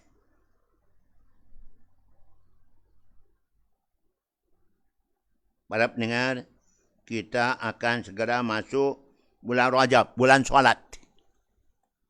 Apa tanda solat kita diterima Allah Subhanahu wa ta'ala? Tanda solat kita diterima Allah. Okay? Allah berfirman, tanda solat yang aku terima dari hambaku. Pertama, yaitu orang yang solat itu berjiwa tawaduk, rendah hati, bukan rendah diri. Rendah hati karena mengagungkan Allah, muliakan Allah. Bukan rendah hati karena dia miskin. Karena dia tidak punya kedudukan, jabatan. Rendah hati karena Allah. Yang kedua, lam yasatil ala khalqi. Dia tidak senang-wenang pada sama manusia. Merendahkan orang, menghina orang. Meremehkan orang. Alam yabid musiran ala maksiati. Tanda solat yang aku terima tidak terus-menerus berbuat dosa dan maksiat. Saudara-saudara kita yang ada di penjara, di rutan, gitu, banyak sekali di Selong. Mungkin lebih 400-an orang. Setengahnya, 50%, kurang lebih adalah mereka-mereka masuk penjara karena narkoba. Karena sabu-sabu. Ada yang mau, silakan. Masuk penjara lagi. Supaya bertambah isi penjara karena narkoba orang-orang doyan narkoba. Pertama, bahwa narkoba itu adalah merupakan dosa yang sangat besar. Bukan dalam hadis, ummul khaba'is, induk segala kejahatan adalah minuman keras dan narkoba. Dan Nabi SAW mengharamkan orang-orang suka narkoba untuk masuk syurga. Haram masuk syurga orang-orang yang suka narkoba. Nauzubillah min zalika. Karena itu, jauhkan diri pada narkoba. Hai saudara-saudaraku yang suka narkoba, minuman keras. Anda diharamkan Nabi masuk syurga. Cium bau syurga. Nauzubillah min zalika. Kemudian tanda solat diterima Allah. Qat'an fi dzikri, dalam sibukannya sehari-hari selalu ingat pada Allah. Ingat pada Allah di kantor. Ingat pada Allah di pasar, di mall dan sebagainya. Di sekolah. Ingat kepada Allah. Kemudian, rahimal musab. Orang solatnya diterima Allah. Tandanya kasihan pada orang kena musibah. Kasihan pada orang miskin. Kasihan kepada anak yatim piatu. Kasihan kepada orang-orang musafir. Sudah ada rasa kasihan seperti ini, itulah tanda solat diterima Allah. Kalau tidak kasihan pada anak yatim, pada kaum jompo, pada orang miskin, solat kita belum diterima Allah Subhanahu wa ta'ala. Oleh karena itu, dah buktikan. Dan yang untuk yatim besok, hari Ahad, ba'da Zohor. untuk 1 bulan ini. Nanti di akhirat tanya malaikat, kenapa kosong catatan amalmu pada nyantuni yatim pada bulan Januari 2023 umpama. Malaikat tanya, jangan sampai kita beralasan, mari mumpung ada kesempatan, kita peduli anak yatim piatu bulan Januari. Berasa syukur kita masih berikan oleh Allah umur pada bulan Januari tahun ini. Berapa banyak sudah meninggal dunia, kita masih berikan umur, syukur. Mungkin supaya ada kesempatan kita nambah pahala dan menghilangkan dosa-dosa yang sudah ada. Moga-moga, amin. Allahumma amin. Baik, kita lanjut. Ya, makasih. Dia mau bertanya, gimana kalau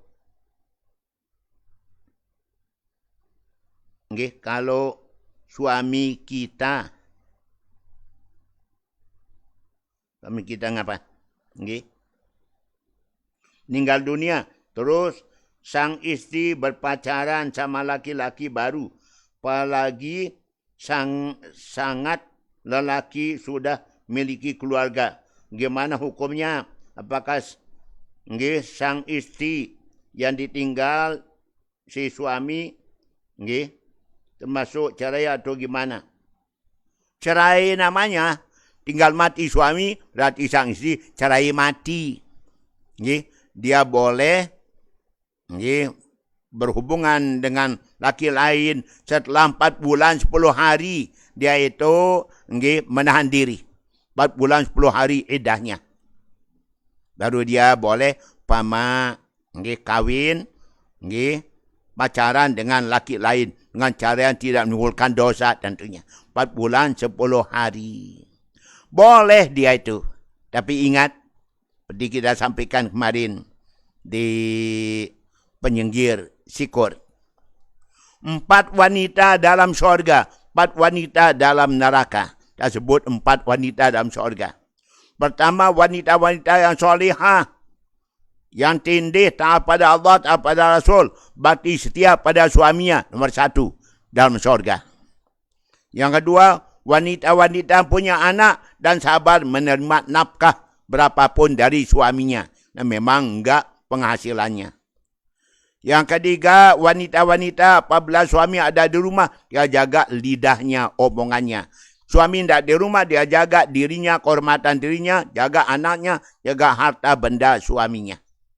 Yang keempat, wanita dalam surga, wanita tinggal mati suaminya, dan dia punya anak yatim, tinggalkan suami, kemudian dia tidak kawin. Demi anak yatimnya, dia ahli surga. Nabi mengatakan, aku bersama wanita hitam pipi besok dalam surga. Siapa wanita hitam pipi? Rasulullah kata sahabat, wanita tinggal mati suami, punya anak yatim, dia tidak mau kawin lagi. Nabi mengatakan, 3 golongan umatku di bawah naungan payung Allah di padang mahsyar. Pertama, orang-orang yang melakukan silaturahim. Orang selalu bersilaturahim. Panjang umurnya, murah rezekinya. Yang kedua, wanita-wanita yang tinggal mati suami, punya anak yatim. Demi anak yatim, dia tidak kawin lagi. Dapat payung Allah pada mahsyar. Yang ketiga, orang-orang yang yaitu membuat makanan untuk anak yatim. Alladzi yasna'ul ma'kulat lil aitam. Orang-orang membikinkan makanan, sedekah makanan untuk anak yatim. Maka orang yang seperti itu besok dapat payung Allah di padang mahsyar yang maha panas. Dia tidak kepanasan. Amin. Allahumma amin. Makasih kepada Anda. Baik. Jadi si perempuan boleh pacaran kalau sudah habis. Yaitu iddahnya 4 bulan 10 hari. Silakan. Bagi yang mau boleh. Untuk dapatkan jandanya si almarhum. Masya Allah. Okay.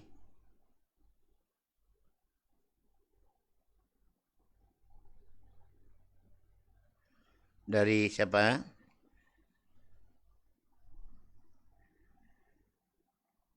Pak Tuan Guru, apakah batal solat kita ketika sudah salam ke kanan, keluar kentut?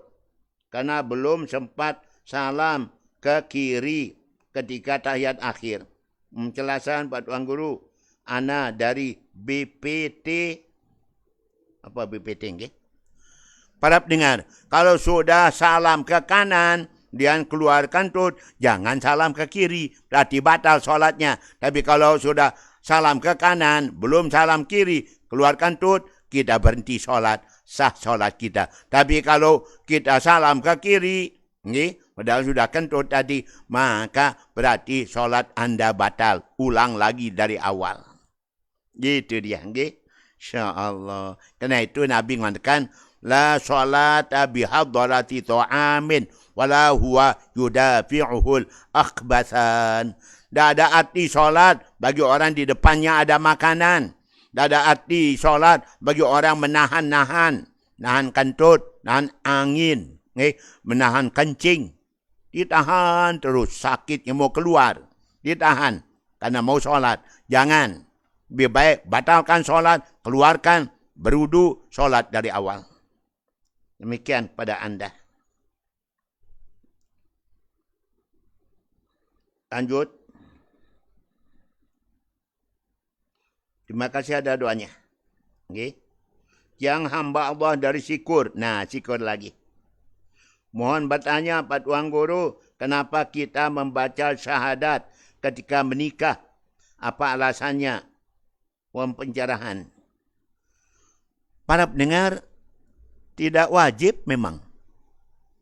Tidak wajib membaca syahadat. Yang wajib kan akad nikah, ijab kabul.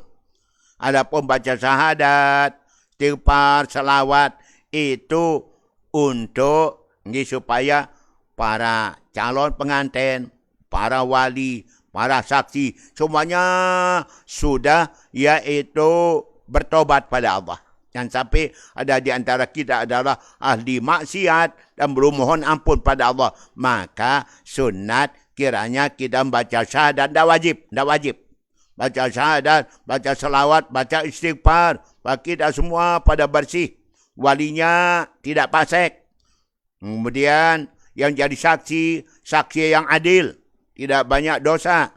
Kemudian pengantin, laki perempuannya juga adalah orang baik-baik.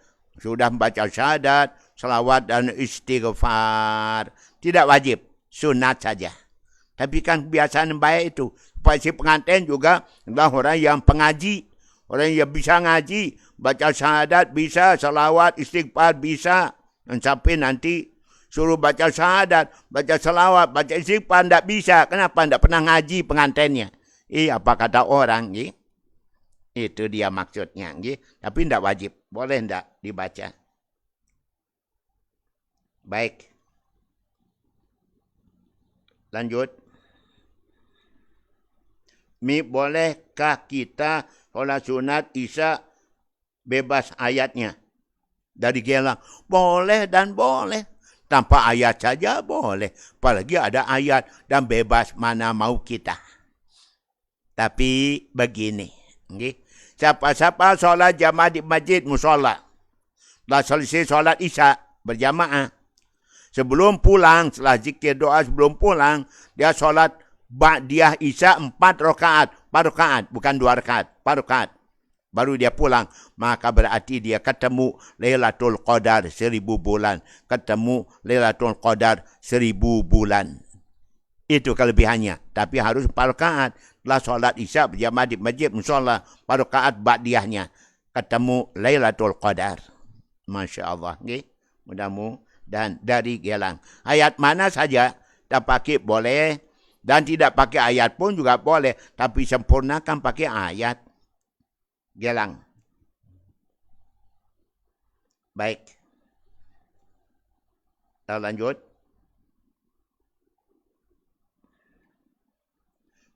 mi bau ke na beli orang kata jari imam. Soalnya nggih dengan Nina. Kalau yang jadi imam perempuan jangan besar-besar suaranya. Jamaahnya tentu wanita sekadar didengar oleh jamaah wanita yang ada sekitar kita. Nggih, jangan suara keras kayak laki-laki. Nggih, dari segi sah ya sah, tapi apa mau pamer suara? Nggih, sehingga mendapat perhatian dari jamaah atau orang laki-laki. Tentu tidak, maka kita baca Fatihah dan ayat bagi imam perempuan dengan suara yang tidak keras dan didengar oleh makmum perempuan yang ada sekitar kita. Paling-paling sejamaah perempuannya hanya 2 saf. Okay? Didengar oleh mereka cukup deh. Apalagi kalau imamnya laki ya terang, harus jelas kedengarannya. Tapi kalau imamnya perempuan, kadang didengar oleh makmum perempuannya. Artinya tadi sudah. Ada yang jadi imam kaum wanita yang sekarang. Masih ada, alhamdulillah. Di musala-musala khusus, untuk wanita silakan. Okay? Kaum wanita berjamaah, imamnya perempuan juga boleh selama dia mampu jadi imam. Ya, pernah tiang ngutang, tapi orangnya sudah meninggal dunia. Tempat yang berhutang. Wajib dibayar hutang itu kepada keluarga almarhum. Okay? Kalau tidak, ya boleh kita masukkan jadi amal jariahnya di masjid. Niatkan untuknya. Atau disedekahkan pada anak yatim. Kalau tidak ada keluarga famili kerabatnya. Niatkan untuk almarhum. Almarhumah, insyaAllah dia dapat pahalanya dalam kuburnya. Nah dia sudah meninggal dunia kan? Sudah meninggal dunia. Baik para pendengar yang dirahmati Allah Subhanahu wa ta'ala. Tanyaannya. Assalamualaikum warahmatullahi wabarakatuh. Waalaikumsalam warahmatullahi wabarakatuh. Bagaimana kalau dalam satu kampung ada 10 orang yang bermukim, yang tinggal, tapi bukan penduduk asli kampung itu. Kemudian 10 orang itu tidak sholat. Apakah penduduk kampung itu ikut berdosa? Yang 10 orang ini tidak sholat ini Islam ya. Tapi tidak sembahyang. Malu jadi orang Islam tidak sholat. Kalau kita biarkan orang itu tidak sholat, maka semua kita penduduk kampung dosa. Karena Nabi mengatakan apabila ada 1 orang tidak sholat, maka 70 orang kiri kanan muka belakang rumahnya kena ngitang biasnya, kampesannya daripada orang tidak sholat tadi. Ikut kena akibat laknat Allah pada orang yang tidak sholat tadi. Kenapa? Jadi harus amar ma'ruf nahi mungkar. Disuruh supaya dia sholat. Dinasihatin supaya dia sholat. Jangan dibiarkan mereka tidak sholat. Kita yang sholat ikut kena risiko akibatnya laknat Allah kepada mereka tidak sholat. Kita ikut kena biasnya, kampesannya. Orang yang tidak sholat mau. Orang enak-enak tidak sholat, kita juga yang kena dosanya. Nauzubillah, nauzubillah min zalika. Jangan terjadi demikian itu. Berikutnya, apa amalan yang sama pahalanya dengan puasa? Para pendengar, amalan sama pahalanya dengan puasa. Manik Nabi, manik ulama. Siapa-siapa tidak sempat puasa sunat, maka hendaklah dia menahan, menjaga lidahnya, hifzul lisan. Jaga lidah pada hal-hal yang tidak baik. Tak caci maki, mengumpat, menggonjing, berbohong, dusta, adu domba, jangan. Maka dia dapat pahala puasa, walaupun dia tidak puasa. Dia makan, minum. Tapi karena dia bisa menjaga lidahnya, dia sudah dapat pahala puasa. Siapa-siapa yang dia itu tidak sempat solat tahajud tadi malam. Dapat pahala tahajud, maka dia jaga tubuhnya dari dosa. Mata, telinga, tangan, kaki, perut, pelihara, berarti kita sudah dapat pahala tahajud walaupun tidak tahajud, ketiduran. Makasih pada anda. Juga bersedekah bisa. Okay? Kalau sedekah, dapat pahala seperti pahala orang puasa. Bolehkah berdoa masing-masing? Imam berdoa sendiri-sendiri, makmumnya berdoa sendiri-sendiri. Dan mau bersama-sama zikir dan doa. Kenapa kita tidak berdoa bersama, zikir bersama, seperti kami tadi di penjara. Zikir bersama, doa bersama. Kita baca doa, para makmum baca amin, amin, amin. Kalau zikirnya bersama-sama. Subhanallah, alhamdulillah, Allahu akbar, la ilaha illallah. Sama-sama bacanya. Di saat kita baca doa sebagai imam, maka makmumnya baca amin. Kita baca sebagai makmum, baca amin. Mendoakan, mengaminkan doanya Pak Imam. Demikian itu dianjurkan dalam agama. Bahkan Nabi saja dianjurkan baca amin. Jibril baca doa. Apa itu doanya Jibril diaminkan Nabi? Jibril mengatakan, ya Rasulullah, engkau baca amin. Aku akan baca doa. Silakan ya Jibril. Ya Allah, ya Rabb, siapa-siapa ketemu bulan Ramadan, dan mengisi bulan Ramadan dengan amaliah Ramadan, yang berikan rahmat dan ampunan, ya Allah. Amin, amin, kata Nabi. Ya Allah, siapa-siapa masih kedua orang tuanya, atau salah satu, dia tidak berbakti kepada orang tuanya, yang berikan rahmat dan ampunan. Amin, amin, Allahumma amin, kata Nabi. Ya Allah, siapa-siapa mendengar nama Nabi disebut, dia tidak baca salawat pada Nabi yang berikan rahmat dan ampunan. Orang pelit baca salawat pada Nabi. Nabi membaca amin, amin, ya Rabbal Alamin. Jibril membaca doa. Nabi kita membaca aminnya. Ini jadi pelajaran pada kita. Imam baca amin, makmum baca, imam baca doa, makmumnya membaca amin. Doaul arba'ina ka doail wali. Doa 40 orang seperti doanya seorang wali Allah. Kabul doanya. Demikian. Okay? Gimana hukumnya suami belasan tahun di Malaysia tak pernah puasa bulan Ramadan? Apakah dikeluarkan fidyah saja oleh keluarganya di rumah? Tidak. Si suami wajib qadha puasanya nanti kalau sudah pulang. Kalau tidak tahan puasa di sana. Di samping terlambat-lambat ngabah, wajib juga fidyah. Wajib fidyah sebanyak tahun dia tidak berpuasa. Qadha wajib, sama 11 tahun dia tidak pernah puasa, wajib qadha 11 bulan Ramadan. Wajib fidyah 11 bulan. Risiko, ya Allah, jangan sampai kita ada pekerjaan babkan kita terhalang ibadah, terhalang solat, terhalang Jumaat, terhalang puasa. Dapat uang banyak, tapi ibadah kita kocar kacir. Okay? Tidak ada artinya. Baik.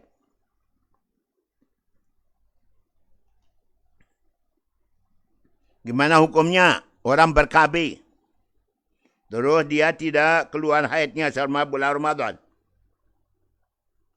Apakah berarti tidak wajib qadha? Apa diqadha? Semuanya puasanya benar kan? Sah. Karena tidak ada keluar haid. Walaupun karena ber-KB, pakai suntikan, implan dan sebagainya atau pil. Tidak keluar haidnya. Maka dia tidak ada puasanya batal. Tidak ada diqadha. Tidak ada fidyah. Kan semua puasanya full 1 bulan karena tidak keluar darah. Jadi untung dia, satu segi untung. Okay. Bagaimana cara mengendalikan amarah? Okay. Kadang-kadang marahnya memuncak kepada anak maupun pada orang lain. Nah ini dia. Yang sampai kita tak bisa mengendalikan amarah kita.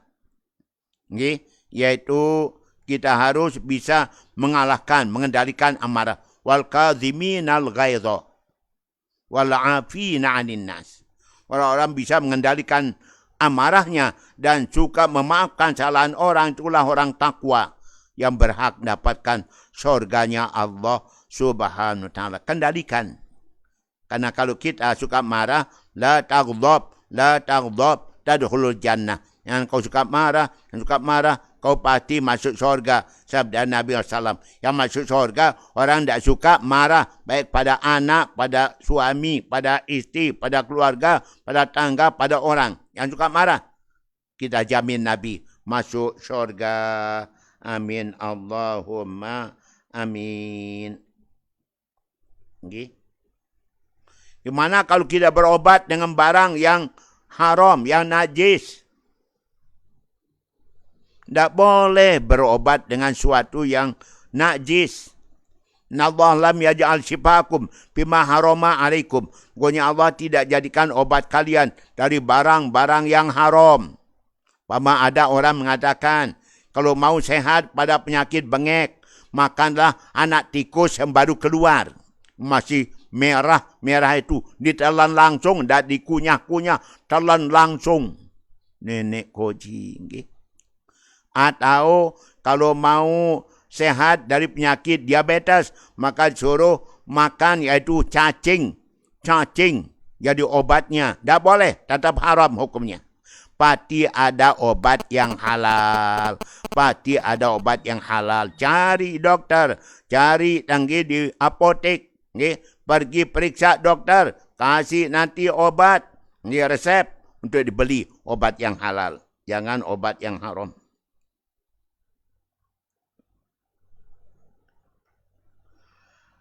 Mi bau ke pakai KB spiral. Boleh, kenapa tidak boleh? Ber-KB pakai spiral. Pakai suntikan, pakai implan. Boleh. Tidak apa-apa. Yang penting nanti masangkannya adalah bidan. Dokter perempuan, jangan laki-laki. Saya pernah diminta untuk memberikan ceramah di BKKBN Provinsi di Mataram, lantai 2. Untuk para tokoh-tokoh agama Pulau Lombok. Karena pengalaman saya diikut sertakan keliling tadi banding ke Jawa Timur sampai Madura untuk KB. Kemudian kita sampaikan bahwa Islam bolehkan kita KB pakai implan, pakai suntikan, pakai pil maupun pakai spiral, tapi yang dipasangkan oleh yaitu kaum wanita, bidan maupun dokter perempuannya, petugas perempuannya. Demikian kita sampaikan, yang demikian itu dibolehkan dan dibenarkan. Para pendengar yang dirahmati Allah Ta'ala, rupanya sampai di sini kita ketemu. Insya Allah Ta'ala kita jumpa pada malam berikutnya melalui waktu dan gelombang yang sama. Akhirnya saya ucapkan, wallahu a'lamu bissawab, wallahu al-muwaffiq al-hadi, la sabilur rasyad. Wassalamualaikum warahmatullahi wabarakatuh.